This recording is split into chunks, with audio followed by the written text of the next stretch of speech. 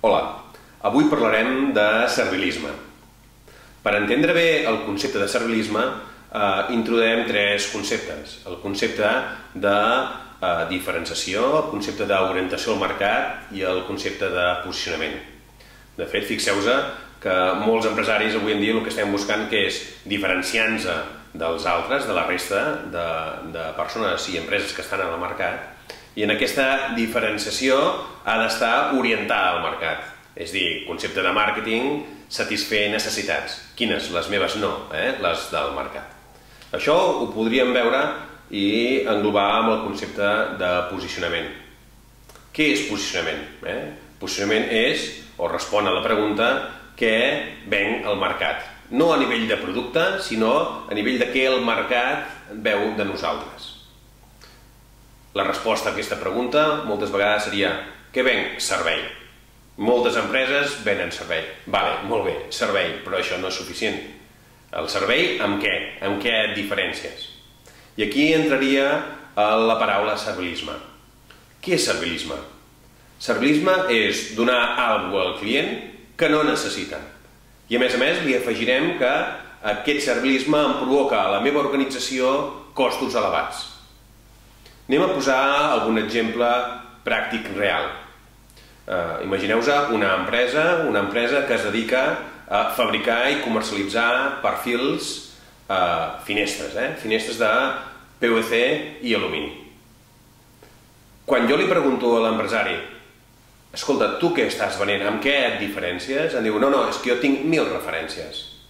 1000 perfils diferents, amb gruixos diferents, amb textures diferents, amb colors diferents, tinc moltes referències. Per què? Perquè quan vingui el meu client pot triar entre 1000 referències. Això està molt bé. Però la pregunta és, realment el client vol triar entre 1000 referències? I la resposta és no. Fixeu-vos que si féssim un anàlisi de la situació i féssim un ABC de producte, veuríem que en aquestes 1000 referències realment només es mouen un 10%. El 80% de les ventes amb el 10% de les referències.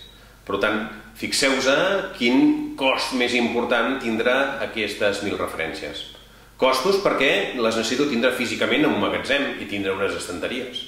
Costos perquè tindré molt poca rotació. Costos perquè molts d'aquests productes seran obsolets. Costos financers perquè els diners els tinc a l'estanteria i no els tinc al banc. Hauríem de mesurar molt bé si realment el client vol això o no vol això. Què és el que vol realment el client? El client vol vindre i triar. Això és necessari per això que els tingui aquests perfils a l'estanteria? No. Potser haig de tindre 100, 200 referències i la resta amb un bon catàleg, amb una bona web amb el producte i amb acords amb els distribuïdors, els proveïdors, perquè ens lliurin la mercaderia d'una forma ràpida. Fixeu-vos que és completament diferent. Entendre servei a servilisme. Ens porta molts costos. Us invito a que feu una reflexió interna. Tinc algun element de servilisme a la meva empresa que em provoca no una orientació al mercat i un increment de costos? I si els tenim, ja sabem què fer, eliminar. Hem de pensar en eficiència, en eficàcia i en reducció de costos.